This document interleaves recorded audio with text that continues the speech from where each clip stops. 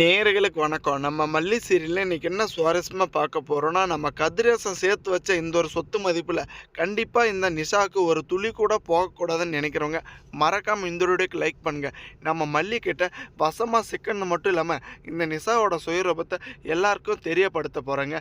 ஏன்னா இப்போ பார்த்தீங்கன்னா, கதிரேசன் கஷ்டப்பட்டு இந்த ஒரு தீபாவளி சந்தோஷமா கொண்டாடணும்னு இந்த ரேணுகாவுக்கு 10 சவரன் நகையும், நம்ம மல்லிக்கு 10 சவரன் நகையும் கொடுக்குறாங்க. ஆனால் எதிர்பார்க்காத சந்தர்ப்ப சூழ்நிலையில் இந்த நிஷா வந்துட்டு இந்த ஒரு வீட்டுக்குள்ளே இப்படி ஒரு குழப்பமாக வந்துட்டு மாறுவான்னு கொஞ்சம் கூட எதிர்பார்க்கலைங்க.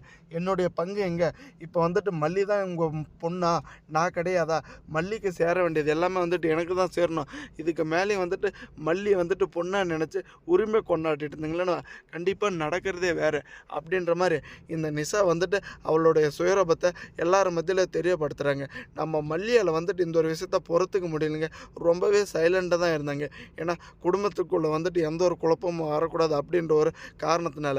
ஆனால் கதிரேசனே வந்துட்டு இந்த நிஷா அடிக்க தயாராகிட்டும் போது நம்ம மல்லியால் வந்துட்டு சும்மா பார்த்துட்டு இருக்க முடியல. அடியே நாயே, உன்னால் வந்துட்டு இவ்வளோ பெரிய பெரிய மனுஷனை வந்துட்டு கை நீட்டி அடிக்க பார்க்குறேன், நீ எல்லாம் கொஞ்சம் நல்லா இருப்பியா? அப்படி என்ன வந்துட்டு உனக்கு சொத்து மதிப்பு இந்த பணம் நகை எல்லாம் வேணும்னு கேட்குற? நீ வந்துட்டு கஷ்டப்பட்டு சம்பாரிச்சியா அப்படின்ற மாதிரி கேட்டது மட்டும் இல்லாமல் இப்போ வரைக்கும் இந்த ஒரு வீட்டில் வந்துட்டு நீ எதுக்காக இருக்குன்னு இப்போ தான் உன்னுடைய சுயரூபம் உங்கள் அருமை அப்பாவுக்கு தெரிய போகுதுன்னு ஒரு பக்கம் நம்ம மல்லி எல்லா உண்மையுமே புட்டு வைக்கிறாங்க. ஏன்னா இந்த நிஷாவோட வாயிலே வந்துட்டு இப்போ வந்துருச்சு, உங்களுக்கு நான் பொண்ணா இல்லை இந்த மல்லி பொண்ணா? ஒரு பக்கம் பார்த்தீங்கன்னா இந்த மல்லிக்கு வந்துட்டு தானம் வழங்குறீங்க, இங்கே மனநிலை பாதிக்கப்பட்ட இந்த ரேணுகாவுக்கு வழங்குறீங்க. இவளெல்லாம் யார் உயிரோடு இருக்க சொன்னது? செத்து தொலையட்டுமே அப்படின்ற மாதிரி இவ்வளோ கீழ்த்தரமாக வந்துட்டு கொஞ்சம் கூட மனசாட்சி இல்லாமல் இந்த நிஷா பேசிட்டு இருக்காங்க.